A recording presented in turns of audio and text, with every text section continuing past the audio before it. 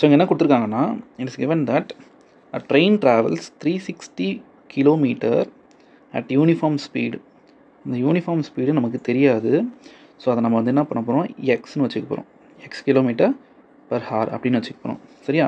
அப்போ டிஸ்டன்ஸ் வந்து இங்கே எவ்வளோ, 360 கிலோமீட்டர் அண்டு ஸ்பீடு வந்து நமக்கு வந்து எக்ஸ் கிலோமீட்டர் பர் ஹார். ஓகேவா? இங்கே டைம் வந்து இப்போ இந்த 360 கிலோமீட்டர் ட்ராவல் பண்ணுறதுக்கு சர்டன் ஸ்பீடில் ஒரு டைம் இருக்கும்ல. ஸோ அந்த டைம் வந்து நம்ம டீனே வச்சுப்போம். ஓகேவா? ஓகே. ஸோ இந்த டேட்டா வச்சு நம்ம ஃபஸ்ட் என்ன பண்ண போகிறோம், time is equals to distance by speed. அப்போ இதில் t is equals to it is 360 by x அப்படின்னு நம்ம ஒன்று ஃபார்ம் பண்ணிக்கிறோம். சரிங்களா? அடுத்து என்ன கொடுத்துருக்காங்க, அடுத்து என்ன கிவன்னா, if the speed had been 5 kilometre மோர்.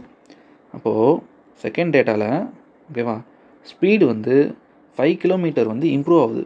ஓகேவா? அப்போ நம்ம யூஸ்வலாக ஸ்பீடு எவ்வளோ எடுத்தோம், எக்ஸ்ன்னு எடுத்தோம். அப்போ இங்கே வந்து x plus 5 kilometre per hour. ஓகேவா? சரி, ஸ்பீடு இம்ப்ரூவ் ஆச்சுன்னா டைம் என்ன ஆகும், கம்மியாகும். இப்போ டைம் வந்து எவ்வளோ கம்மியாகுது, 1 hour வந்து கம்மியாகுது. அதான் இங்கே கொடுத்துருக்காங்க. நீங்கள் நோட் பண்ணிங்கன்னா தெரியும், 1 hour வந்து கம்மியாகுது.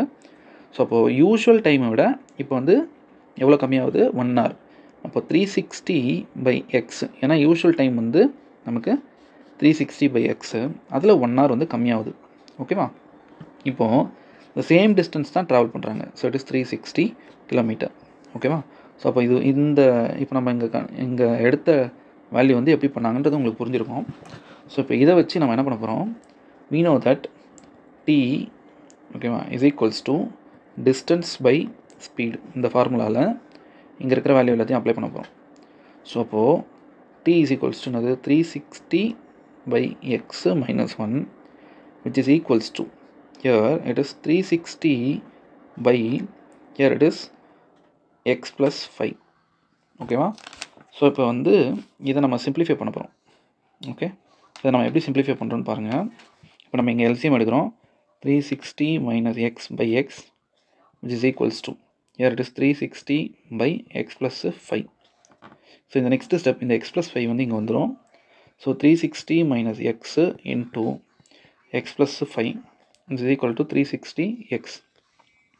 So for the step, I am going to simplify this. If I simplify this, I will be getting 360x plus 360 into 5. So 360 into 5 வந்து மல்டிப்ளை பண்ணோம். எப்படி இதை மல்டிப்ளை பண்ணுறது அப்படின்னா, this can be written as, இதோடைய half என்ன, 180. ஓகேவா? இது கூட ஒரு 0 சேர்த்துக்கணும். ஸோ 1800 அப்புறமேலா minus x square minus 5x which is equal to 360x. ஓகேவா? ஸோ அப்போ வந்து இதை நம்ம சிம்பிளிஃபை பண்ணால் 360x கேன்சல் ஆகிடும். மீதியெல்லாம் அந்த சைடு கொண்டு போயிடுனா x square plus 5x minus 1800 which is equal to 0. அப்போ இதான் வந்து நமக்கு கிடைச்ச ஈக்குவேஷன். ஸோ இது ஒரு குவாட்ராட்டிக் ஈக்குவேஷன். அப்போ இந்த குவாட்ராட்டிக் ஈக்குவேஷனை நம்ம என்ன பண்ண போகிறோம், ஃபேக்டரைஸ் பண்ண போகிறோம். If we factorise this, okay, அப்போ இதோட ஃபேக்டர்ஸ் வந்து எப்படி கண்டுபிடிக்கலாம்னா, we can multiply 40 into 45. Okay, from which இதை வந்து சின்ன நம்பருக்கு வந்து நெகட்டிவ் அண்ட் பெரிய நம்பருக்கு பாசிட்டிவ் கொடுத்தோம்னா X minus 40 into X plus 45 which is equal to 0.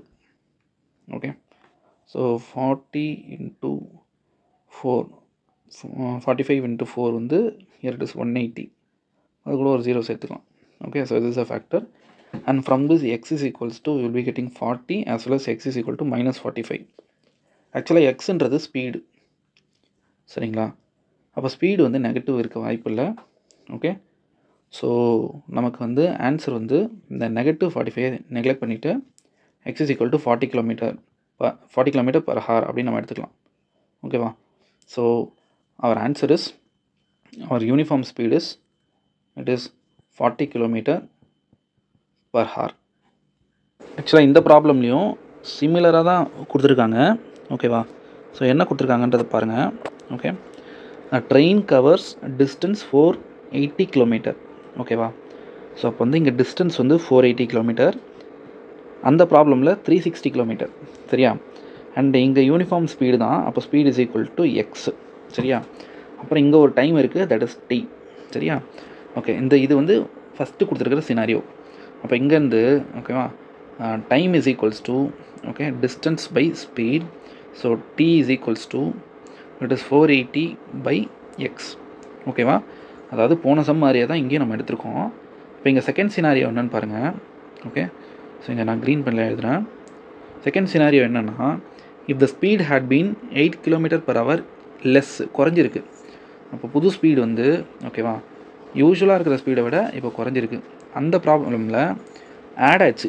ஓகேவா, இங்கே வந்து ஸ்பீடு வந்து குறைஞ்சிருக்கு. அப்போது 8x-8 km/h.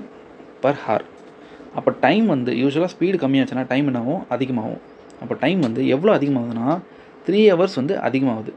அப்போ அந்த சம்மில் வந்து 1 hour வந்து கம்மியாச்சு, அதனால் t-1 எடுத்தோம். இங்கே இட் இஸ் t+3 அப்படின்னு இருக்கணும். இதான் வந்து என்னென்னா டைம். இப்போ நம்ம ஆல்ரெடி யூஸ்வலாக டீன்றது என்னென்னு கண்டுபிடிச்சோம். எதே டிஸ்டன்ஸு 480 தான் வந்து சேம் டிஸ்டன்ஸ் தான். அப்போ இந்த மூணுத்தையும் வச்சு நம்ம சம் போட போகிறோம். we know that time is equal to distance by speed. அப்போது இதில் நம்ம அப்ளை பண்ணால் we will be getting t+3 ஓகேவா is equals to it is 480 by ஓகேவா here it is x-8.